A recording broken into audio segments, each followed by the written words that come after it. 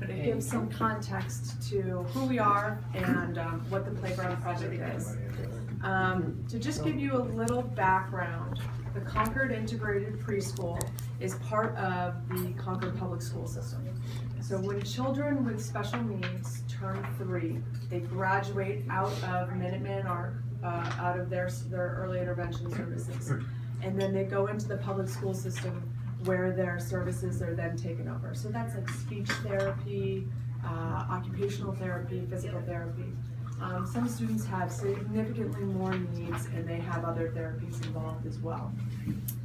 I represent the parent group at the Concord Integrated Preschool.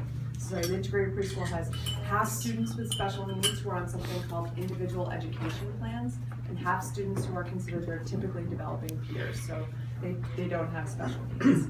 I'm part of the parent group, a group of parents who have gotten together to support the preschool and represent the preschool.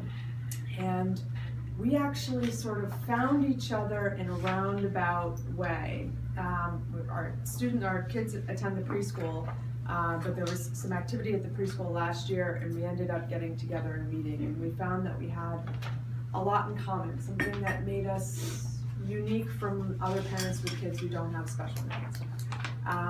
When your child has a special need, it can be sort of a lonely thing.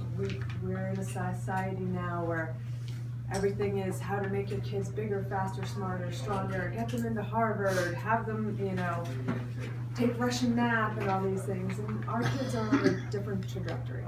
And supporting that and finding a community of those who understand that is really helpful to be part of a community, and really helpful to have your kid thrive and be able to survive these young child years as a family. So my child, Sam, is 4 years old, and he is on the autism spectrum. So the autism spectrum, has sort of widened over the years, but he's one of the types of students that are at this school. My other friend has a daughter who has cerebral palsy. So she uses a walker in a wheelchair, or she crawls. She's adorable. She's very feisty. She does not like anybody to help her with anything. And some of the goals for her will be to have her walk independently with forearm crutches as she gets older. Another friend of ours has a son with Down syndrome. And further, other friends have various other delays, speech delays, physical therapy delays, something called low tone, which can prevent a child from sitting up properly, being able to hold a pencil, and therefore hold their attention for a long time. The Concord Integrated Preschool has been this wonderful place where sort of parents, families, and students really get the services that they need. So you have teachers and providers who have children who are really all over the place. So if you can think of it this way, there can be a 4-year-old who has the cognitive and physical ability of an 18-month-old, and you can have a 3-year-old who's as precocious physically and cognitively as an 8-year-old. So it really runs the span. And these teachers and providers, I think of it as a symphony. They have all sorts of instruments playing on all different keys, and they manage to make music, beautiful music. And they have these children access the curriculum in a way that wouldn't be possible in a traditional preschool setting. So one of the things that we noticed as a parent group is that the playground facilities were really lacking. If you wouldn't mind just opening up to, on your handout, the 3rd page, looks like this.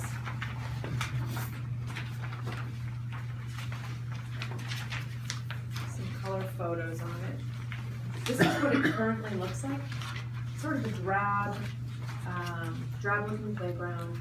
It has an old structure in it that isn't particularly safe. It's something that someone would order for their backyard. It has wood chips, it has some cracked concrete, which fortunately we fixed. And it doesn't have too many other exciting elements to it. Play is a critical component of a young child's development. And especially kids like ours who need a lot of physical therapy, occupational therapy, they need to work on balance beams. Play really becomes part of their, prescribed regimen. So we got together as a parent group, and one of the things that we sort of all agreed on is playgrounds are one of the things when you have young families, that's where you meet people. It's where you become part of a community. It's where your kids start to learn not just the physical attributes of, being a child, climbing, going down slides, but a lot of the social ones, and it's how they get ingrained in the community.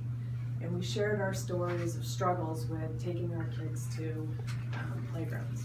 My son, for example, doesn't have a physical disability, but he can get overwhelmed. And if a playground's too busy, he doesn't have a place to regroup, we're done. And I've spent many a time picking him up from Emerson, kicking, screaming, throwing mulch, and wrestling him into his car seat. He does a great impersonation of a student demonstrator. He can go completely limp, dead weight. He's really, really good at it. Other friends of mine have had mobility issues with having their kids be able to get in and participate. My son's friend who's in the walker can't really do much out of playground. So we got together with the teachers of the preschool and the therapists and said, if you were to improve the playground, what would you have it look like? And how could it enhance both the curriculum and the therapy that you do? We came up with this plan. So this, if you look down below, there's a proposed playground plan, and unfortunately I didn't bring magnifying glasses for people to look at it. But here it is. Did you mention where this is? Yes, sorry, this is at Ripley. I'm gonna say, I apologize. Yeah, I know. Yes, Ripley. I went to preschool here myself, not at the integrated preschool. I did daycare at Concord Children's Center, which is adjacent right over here. So if you drive into Ripley, you'll see this is the parking lot that's around the flagpole. In this area here is where the playground will be. It's in 3 sections. So you think of it as the big toy section, sort of the grassy swing section, and a big sandbox with tricycles over here. These are the classrooms for the integrated preschool, so they open out into the playground. So while this directly benefits the preschool, it's something that will be available and open to the community. And part of what we are doing with building it is really promoting the preschool and promoting people to think of playgrounds in a different way, that there really should be a place where all kids can play. And not just all kids, but grandparents who maybe have mobility issues or can't, they need to find a place when they're doing their grandparent duty and getting the kids out of the house for the parents. They can go someplace where they're not worried about them running off, getting hurt, playing on equipment that's inappropriate for them. So we worked with the teachers and the therapists to come up with a plan for playground equipment that would be needed and what the layout would look like. And we are directly next to the Playscape at Ripley. The Playscape is a tremendous play concept that integrates, it's over here, this is the integrated preschool, this is the Playscape here. The Playscape was done with students with special needs in mind as well. So there are a couple of key pieces of equipment that are wheelchair accessible, and it also integrates nature into play. Unfortunately, it's not a great place for our students who are between 3 and 5 years old to play, since doesn't have any boundaries to it. But we decided it would be a great accompaniment to the Playscape. So we hired the landscape architect, Jennifer Perrucker, who's also on the Disability Commission, also has a child with cerebral palsy, severe cerebral palsy. He's in a wheelchair. He also, I believe, is non-speaking and deaf. Yeah. So she designed our playground so that it would integrate in with the Playscape. So they complement each other and they don't overlap. Can you pass that around? Yes.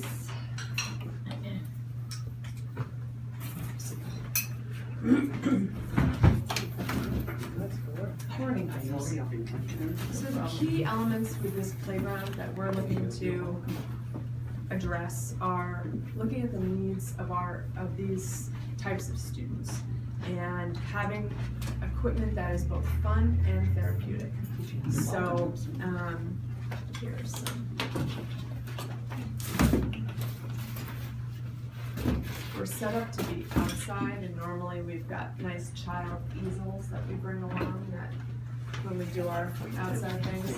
Well, here's some other views of the playground. So the equipment will be such that it promotes. Yep, if you don't mind passing it. It allows kids who have, who aren't neurotypical, who maybe need a time to just sit back, have a timeout, a quiet space. They have that opportunity in a socially acceptable way. So they're not, hiding and rocking in a place that makes other kids think they're weird, essentially. We have something called a whirl and robin, which is the egg type thing on there, where a child can sit, they're enclosed, they can rock back and forth and get that sensory input. So not to get too into the weeds in terms of what each piece of equipment does, and I'm happy to answer those questions, but essentially the idea is we took people who know what they're doing, the therapists who work at the school, who know their constituency of students and understand sort of the range of need that you see just in general in the population. And we designed the playground and the equipment to meet those needs to enhance their therapies and the curriculum for the school. So a lot of this focuses on having some nice fencing, so it's an embracing playground so children can't escape and run off. Having fun and creative elements to it, so climbing elements, play tube elements. There are these things called panels, so children with wheelchairs can wheel up and play at a panel, and it fosters social interaction as well. Shade trees are another thing, bringing shade onto there. Children have an ability to regulate body temperature and whatnot. What this playground then does is, key piece would be the surfacing. The poured rubber surfacing, like a running track. That allows kids with mobility issues, specifically ones who are in wheelchairs or in walkers, to be able to access more parts of it. Is that throughout, or is that just under the? That is just under the big toy. Okay. Yep, so under the big play toys where you have that impact zone, Right. that's where that would be. Right. Then we have grass. Yep. And then it would be more of a grassy area where you play ball. And the poured rubber will be under, this is a poured rubber path here, but it will be under all of the things where someone on a wheelchair or in a walker would want to access. So this is an accessible swing. It's a swing where a child can be lifted into, strapped into safely, and swing back and forth. That would have the poured rubber path underneath it. The trike path, initially we were going to do a thin layer of poured rubber, but it looks like we may just stick with asphalt and paint it at this point. So again, the key elements here are just to enhance the accessibility, and it will go above and beyond what the Americans with Disability Act requires for a playground, but its real purpose is also to enhance their therapeutic uses. So balance beams, chin-up bars, things that therapists can use daily for these children. We started all of this just last July. Our goal for completion would be August of 2017, and our projected cost is $360,000. We have raised to date $210,000, and we are very, very excited and grateful to be partnering with the Rotary Club. We targeted at the board $20,000 to be raised at the POPs. All of the net profit, net income after expenses from the silent auction, the tickets for admission, what else? Sponsors. Sponsors. Sponsors. Goodness sake, that's part of what Steve was talking about. So we put together a comprehensive package, but and then plus we will go through Rotary will go through the list of things that have to be done and look for opportunities for in-kind contributions. That's in addition to the $20,000. If some of you will remember that a few years back we did the it's called skateboard park at the high school. Yeah, the river walk. And the Riverwalk. There's several examples where we can find people, because we know people, business people who have expertise or materials or equipment to do some of the work either for free or deeply discounted. So hopefully we can contribute in that fashion as well. Plus, maybe hopefully there'll be something to do when it is assembled. As with the skate park, we'd be in there and physically doing hands-on work. So this is a true Rotary project that we can all participate in. And the enthusiasm of this group of parents is awesome. They're just a wonderful group. It's been tricky. With. One of the tricky things that we run into, and we all have sort of young children, and young children with special needs, which adds another wonderful layer of complexity to getting out and doing this kind of work. And I say that we are so pleased to be partnering with the Rotary Club for a number of reasons. One of which is it's important that every member of the community be able to feel a part of what we're doing. And I think it's an opportunity to sort of bridge some of the age gap in the town and build that investment. We're very pleased to be part of that. It's something where grandparents can bring their kids, parents with strollers can bring their kids, and I think it's a nice opportunity to see that come together. And partnering with the Rotary Club is a huge opportunity for us, and we're extremely grateful. There's so much you guys bring to the table. Have you got a commitment on CPA funds? We do, yeah. I was just about to get to that. So for Community Preservation Act funds, we submitted our grant and we were awarded $105,000. That's subject to town meeting approval. Is that including the 200? Yes. Okay. Yep. And we also have $75,000 committed from the Concord Public School System from their capital budget. That's also included in the 210. I have on the second to last page of this, there's a breakdown of all of our funding received to date.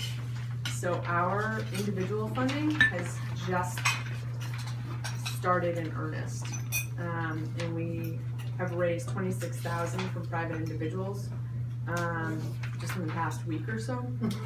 And, well, in fact, that was one very kind individual wrote us a $20,000 check. Nice. Yeah, I nearly fell out of my seat. Yeah, Actually, that's wonderful. to be honest with you, but she did it because she's an older person in town, and she said, I have a niece who's severely autistic, and without the services that she was able to have, because my brother worked for such and such, she wouldn't be able to function in society like she does today. And so what we see and what this handout gets into is the investment early on, and I'm sure Jean would echo my sentiments, but the investment early on really pays dividends going forward, and it reduces costs that come up in the future, for housing, for behavioral issues, for things. So I think it should also be mentioned that two of the moms are on the POPS committee. So it's nice because they're actually contributing to our project. And I'm sure that we'll have a new age bracket of dads coming to the POPS concert itself. Yes. So they're also helping us solicit auction items for the event. So I think it's really nice in that there's sort of a true collaboration going on between both organizations, so. I think it's important for my generation in this town to understand also all the work that the Rotary Club has done. When we were looking at some of the projects, the skate park, Riverwalk, there is so much that the Rotary Club has been a part of. And it sets a great precedent for giving back and community involvement, and I think that is something that is always beneficial for our age bracket to be a part of, to understand and take part in. So we are looking forward to packing the house. A lot of people are touched by children, by people with special needs in their life, and that's why they get involved. You used a phrase just now, and I lost the word. You said giving back through. Giving back. For people to participate, giving back through. Well, I'm talking about sort of my age cohort. Yes. Giving back and being part of the community. So. Okay. Well, you used a word.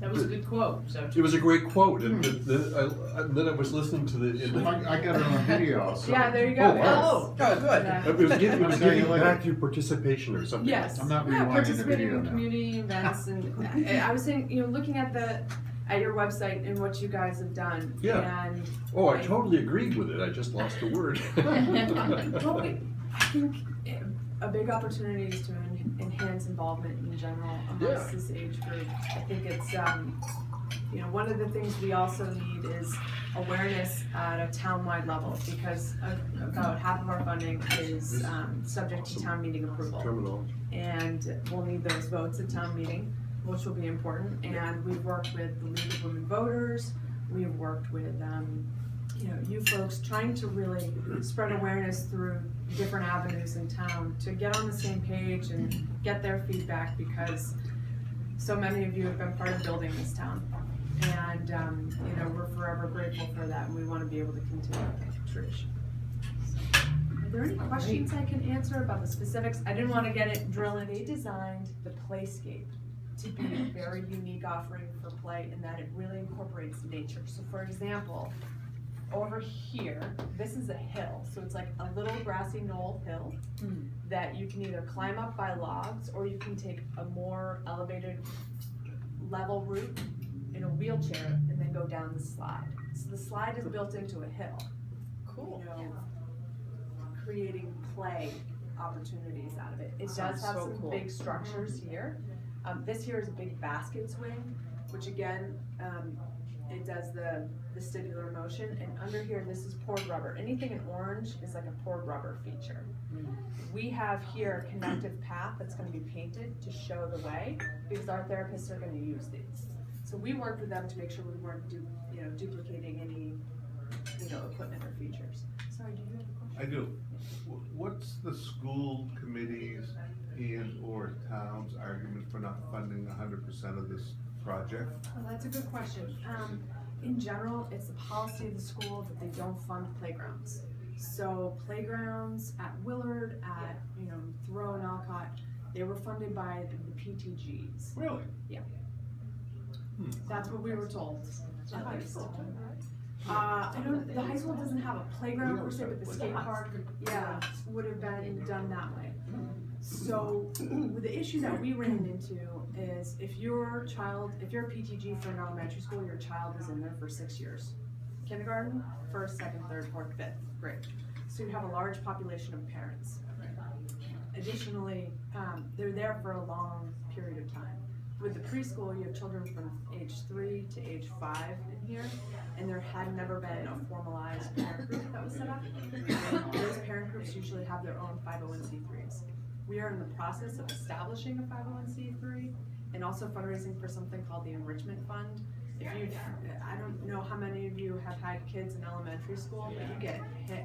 You've got your parent PTG dues, you've got to sell cookie, you've got to do all these things to sort of raise money. And, the Willard Cakewalk, do you guys remember the Willard Cakewalk? Have you ever had kids? Yeah, that's what Grace The used Willard to do. Cakewalk is Yeah, when right, I was a back kid. to the carnival. They make a living off of that. They make a lot of money, and a lot of it